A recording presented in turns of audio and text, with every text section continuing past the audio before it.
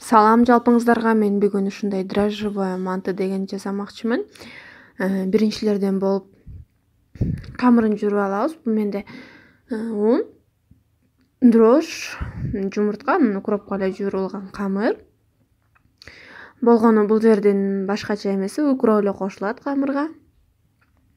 Мен болсо дрожжко бир аз эртерээк суу куюп койгом, ал кичине көтөрүлсүн деп. Ошондон баштап көргөзүп баштадым. Ошондой эле кичине жумшагыраак кылып, борсоктукундай кылып камыр жууруйбуз. Бул дрожжевое манты дегенде корей тилинде большие пельмени деп коюшат экен. Ушундай сыяктуу эмелерди айтышат экен. Камырды жакшылап ийлеп, жылуу жерге коюп коебуз. Жылуу жерге коюп койгондон кийин бир көтөрүлөт, бир көтөргөндөн бир ийлеп коюп туруп, андан кийин жая турган жерлерибизди дайындап баштайбыз.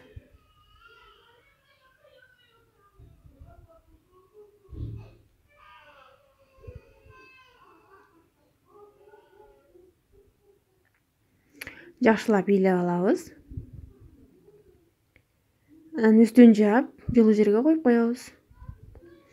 Меники ичине сала турган начинка үчүн картошка, пияз, эт, суюк май, укроп, калемпир, мурч, анан өзүңүздөргө жаккан приправадан салып койсоңуздар болот.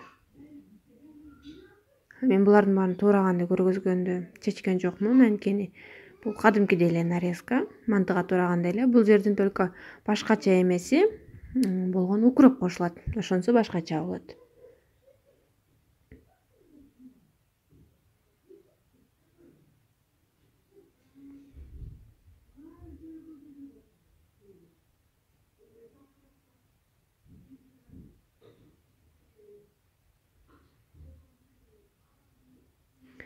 Менин камырым экинчи көтөрүлүп чыкты.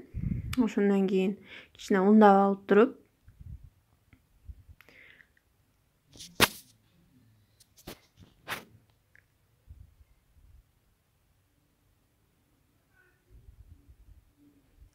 ундап бийлеп алабыз. Бул камыр мен майлаган эмесмин, ошон үчүн кичине колго жабышып турат.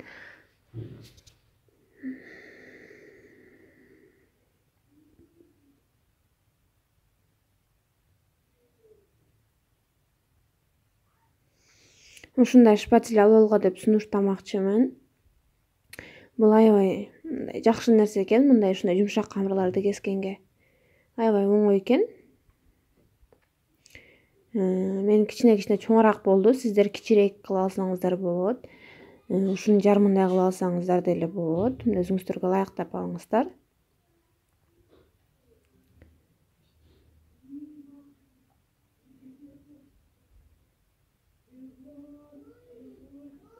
Кааласаңыздар кол менен эле жайып коюңуздар, кааласаңыздар ийбелик менен жайыңыздар, өзүңүздөргө караңыздар. Мен болсо кол менен эле жайып койдум. Бул жумшак камыр болгондуктан кол менен сонун жайылат.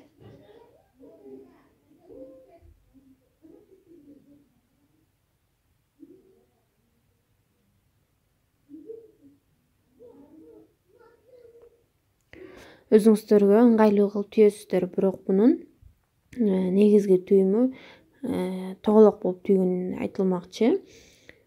Бул дрожжевой манты деп биздин тилде көнүп калганбыз, бирок булар корей тилинде большие пельмени деп коюшат. Ушундай кылып түйүп туруп, үстү жагын жаап коюшат, ачып коюшат. Мен жарымысын ачып, жарымысын жабып бышырдым.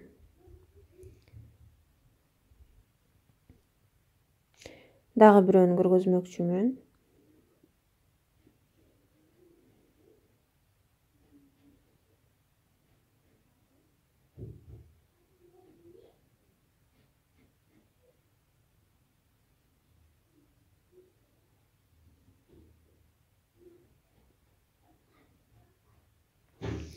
Начинкасын жакшы эле салыңыздар, эч аябаңыздар андан.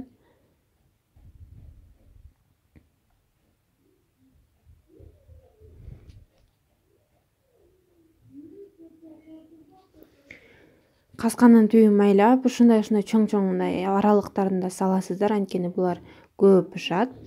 40 минут же андан көбүрөөк бышырасыздар. Мынакей достор, тамагыбыз даяр. Тамагыңыздар даамдуу болсун. Мен муну столго да коюп жечкен жокмун. Ары бери жеп коюшту. 3 каска бышырдым. Ар бирөөсүнөн эле ушундай могу 1 каска.